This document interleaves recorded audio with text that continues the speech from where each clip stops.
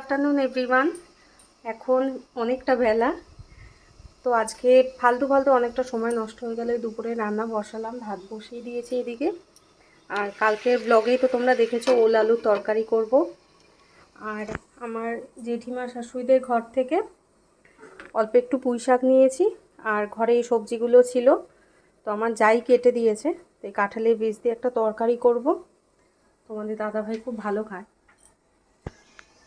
আর মা সকালে কিছু তরকারি পাঠিয়েছিল তোমাদের দাদাভাই, যেগুলো দিয়ে সকালবেলা খাওয়া দাওয়া করেছে। বাইরে আজকে প্রচণ্ড রোদ, যেই কারণে এত দেরি করে আজকে রান্না বসালাম সেটা বলছি একটু পরে। কিছুটা রান্না এগিয়ে নিই, আমি ব্লগটা শুরু করে দিলাম, না হলে আরেকটু বেলা হয়ে গেলে না মনে হবে আর কি ব্লগ শুরু করব। আমাদের দাদাভাই আমাকে নিতে এসছে, একটু কাজের সাইডে যেতে হবে, আর এই জন্যই অনেকক্ষণ অপেক্ষা করছিলাম। অনেকক্ষণ অপেক্ষা করে করে রান্না শুরু করলাম। তো এখন আবার ফোন করলো, ভাত হয়ে গেছে, আর তরকারিটা বন্ধ করে রেখে যাই, এসে আবার বাকিটা করব। ছাদ ঢালাই হয়েছিল, অনেকদিন কাজ বন্ধ ছিল, বেশ দাদাভাইকে দেখতে পেয়েছো। এখন আবার কাজ শুরু হয়েছে, আবার ব্যস্ত।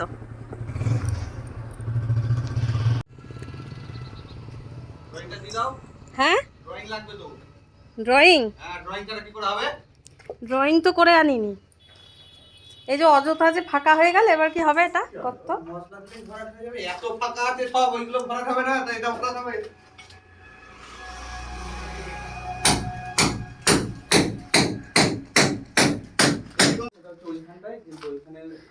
আগের দিন এখানে কাঠ ছিল অনেক রাখা, দেখাতে পারিনি। এই যে এইদিকে এই একটা ছোট রুমের মতো। আর এসির পয়েন্ট কোথায় হবে অনেক আলোচনা করা হলো, তারপরে ঠিক করা হলো যে এই ওয়ালে।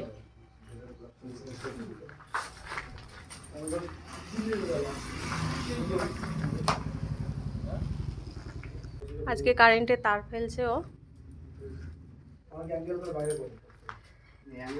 এই জায়গাটা সুইচ বোর্ডের জন্য কেটেছিল এসে, কিন্তু আমি বললাম যে না, এখানটা করব না, একটু নিচে করে এরকম জায়গায় করব। এই জায়গাটা আবার মশলা দিয়ে দেবে। কাজ কমপ্লিট হলো এখানকার, এবার বাড়ি। কটা বাজে গো? 3:30। কখন এসছি? চলো বাড়ি আসলাম, আবার গ্যাস জ্বালিয়ে নিলাম, কারণ তরকারিটায় তো জল দিয়ে চলে গেছিলাম। আর এই নিরামিষ তরকারি আজকে আর হবে না, অলরেডি 3:36 বাজে। এটা রেখে দেবো ফ্রিজে। দেখো, আমরা ভাবলেই যে হবে সেটা কিন্তু না, কোন দিন যে কখন কিভাবে কাটবে কেউ বলতে পারি না। এই স্নান করে নিলাম, আজকে আমার ভীষণ খুশির একটা দিন, কারণ আজকে একটা ইচ্ছে পূরণ হতে চলেছে বলতে পারো। তো কম বেশি যারা ব্লগ দেখো তারা তো দেখোই যে বাড়িতে আমি সাই বাবার চরণে প্রত্যেক দিন স্নান করে ফুল দিই। আজকে বৃহস্পতিবার, যেহেতু বাবার বার, তো আজকে মানে কি বলবো, ঠিক যেভাবে বাবাকে পুজো করা হয় বাড়িতে সেইভাবে করব।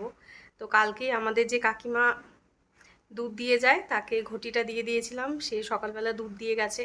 আর টুকটাক কিছু ছোট ছোট ঠাকুরের বাসন কিনেছি, আর বাবার পুজো দিতে যা যা লাগে, বাবার পছন্দের গোলাপ ফুল, বাবার পছন্দের মিষ্টি ফল। বাবা তো হলুদ ফল ভালোবাসে। তো আমি পুজো দেওয়ার সময় ভিডিওটা করব না, এই কারণে ভিডিও করলে কি হয় বলো তো, মনটা ওই ভিডিওর দিকেই থাকে, যেটা আমি একদমই চাইছি না। আজকে প্রথম বাবার পুজো দেবো, মন দিয়ে দেবো। বাবার পুজো তো সন্ধেবেলা হয়, তো সন্ধ্যাবেলা করা হয় আর কি, আমি যেটুকু ভিডিও দেখে জেনেছি। তো এখন এমনি ঘরোয়া পুজো যেরকম দিয়ে দেবো, বাবার চরণে যেরকম ফুল দিয়ে দেবো, আর সন্ধ্যাবেলা বাবার পুজো করব।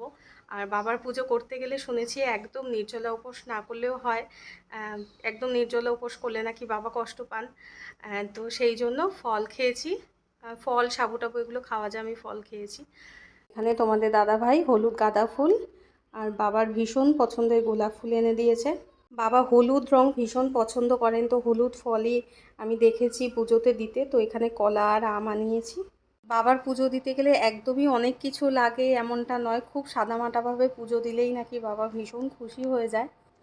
কিন্তু আমার কাছে তো ঘরে কিছুই ছিল না পুজোর সরঞ্জাম, তাই আমি কয়েকটা জিনিস আনিয়েছি কালকে। বেশ কিছু জিনিস বাবাকে দিয়ে আনিয়েছি, আর কিছু তোমাদের দাদাভাইকে দিয়ে। তোমাদের দাদাভাই যেমন এই ছোট্ট একটা ঘট এনেছে, একটা পিতলের ঘট আনছিল, কিন্তু আমি এটা আনিয়েছি। আর প্রদীপ ছিল না, অনেকেই বলেছো পায়েল তেলের প্রদীপ জ্বালাবে, তো প্রদীপটা ছিল না আমার কাছে, তো এই প্রদীপটা তোমাদের দাদাভাই এনে দিয়েছে। আর ঠাকুরের এই যে গ্লাস আর প্লেট থালা আর কি, তো এটাও পিতলের আনতে চেয়েছিল, কিন্তু পিতলেরটা না লেবু দিয়ে ভালো করে মাজতে হয়, কিন্তু আমার এখানে মানে উপরে আমার তো ওরকম ব্যবস্থা নেই ঠাকুর বাসন মাজার, তো সেই জন্য আমি স্টিলেরটা আনিয়েছি। আর বাবাকে যখন স্নান করানো হবে তো এই পাত্রের ওপর রেখে, এটা একটা তামার পাত্র, এটা বাবাকে দিয়ে আনিয়েছি। এখানে মৌলি ধাগা, হলুদ, এটার মধ্যে কর্পূর আছে, এই একটা তামার ঘট স্থাপন করতে হয়। আর কর্পূর দিয়ে যখন আরতি করা হবে তার জন্য এই স্ট্যান্ডটা নেওয়া। এখানে আছে সিঁদুর, আর এটার মধ্যে আছে আতপ চাল, এটা হলো ধূপকাঠি। বাবার গোলাপের গন্ধ ভীষণ পছন্দ, তার জন্য গোলাপ জল। আচ্ছা, আর এটা একটা ওই পারফিউমের মতো, এটাও গোলাপের। এটা হলো বাবাকে যে স্নান করাবো, দুধের জল থাকবে আর দুধ থাকবে, সেই জলের মধ্যে একটুখানি গোলাপ জল মিশিয়ে নেব। আর এটা হলো অঘর। এই তো ব্যাস। আর এই যে এখানে কাঁচা দুধ আছে। আর বাবার বললাম যে হলুদ রং ভীষণ পছন্দ, তাই দুটো হলুদ কাপড়, একটা বাবার আসনে দেব, আর একটা আমি ঘর স্থাপন করব তার পাশে রাখবো, আর এটা গামছা। ব্যাস।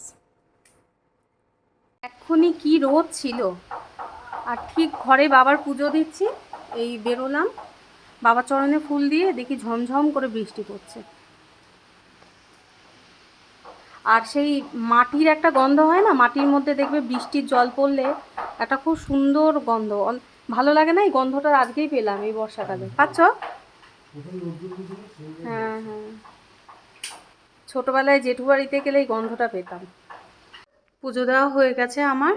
আর প্রদীপ, কালকে যে প্রদীপটা এনেছে সেম ওই প্রদীপ দোকানে দুটো ছিল না, তাই একটা নিয়ে এসছে। তাই এখানে এখন মৌমি জ্বালিয়ে দিলাম, মোমবাতি। তো আরেকটা প্রদীপ আসলে নিয়ে আসবো, কারণ একটা এই আসনে রাখবো, একটা সাই বাবার ওখানে রাখবো। তোমাদের মধ্যে অনেকেই অনেক সময় বলো যে পায়েল তোমার দুই ছেলেই ভীষণ ভালো। সত্যি ওরা খুব ভালো। ওরা হয়তো ভীষণ মেধাবী নয়, কিন্তু ওরা মা বাবাকে ভীষণ বোঝে। বাবাই আজকে স্কুল থেকে এসে দেখছে তোমাদের দাদাভাই ঘুমাচ্ছে, তো টিউবলাইট জ্বালালে যদি বাবার ঘুম ভেঙে যায়, তো সেই জন্য আজকে এইভাবে দেখো খাওয়া দাওয়া করছে। আর আমি আজকে সন্ধ্যার জন্য ভীষণ অপেক্ষা করছিলাম, প্রথমে সন্ধ্যা দিয়ে নিলাম, তারপরে এইবার বাবার পুজো করব, তো সেই জন্য পাত্রগুলো, নতুন যে পাত্রগুলো ছিল সেগুলো সব ধুয়ে আনলাম। আর আমি তো বলেছিলাম যে ভিডিও করব না পুজো দিতে দিতে, তো পুজো অনেকটা এগিয়ে নিয়েছি, তাই ভাবলাম যে একটু তোমাদের সাথে শেয়ার করি, না হলে ভালোও লাগছে না। এত একটা আনন্দের মুহূর্ত আমার জীবনে, মানে অনেক বৃহস্পতিবার চাইছিলাম যে বাবার পুজো করব করব, কিন্তু করে উঠতে পারছিলাম না। আর বাবার কৃপায় আজকে পারলাম। সত্যি তো, বাবার কৃপা না হলে তো পারবো না, আমরা ভাবলেই তো আর হবে না। বাবা যতক্ষণ না কৃপা করবেন ততক্ষণ আমরা কিছুই করতে পারবো না। আর বাবার গোলাপ ফুল ভীষণ পছন্দের। আর দেখো আসনটা যে আজকে কি ভালো লাগছিল, মানে একদম মনে হচ্ছে যেন পরিপূর্ণ ভরাট হয় না, সেই ব্যাপারটা আজকে বাবার আসনটা দেখে কিন্তু মনে হচ্ছিল। এই বাবার পুজো সম্পন্ন হলো। আমি যে আজকে কি খুশি আমি তোমাদেরকে বলে বোঝাতে পারবো না, খুব খুশি খুব। এত সুন্দর লাগছে বাবাকে আজকে, দেখো প্রতিদিনই লাগে, কিন্তু আজকে একদম অন্যরকম লাগছে।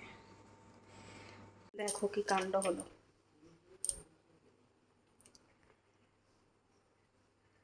এদিকে মায়ের জন্য চা বসিয়েছি, গ্যাসটা বাড়ানো ছিল, যাই হোক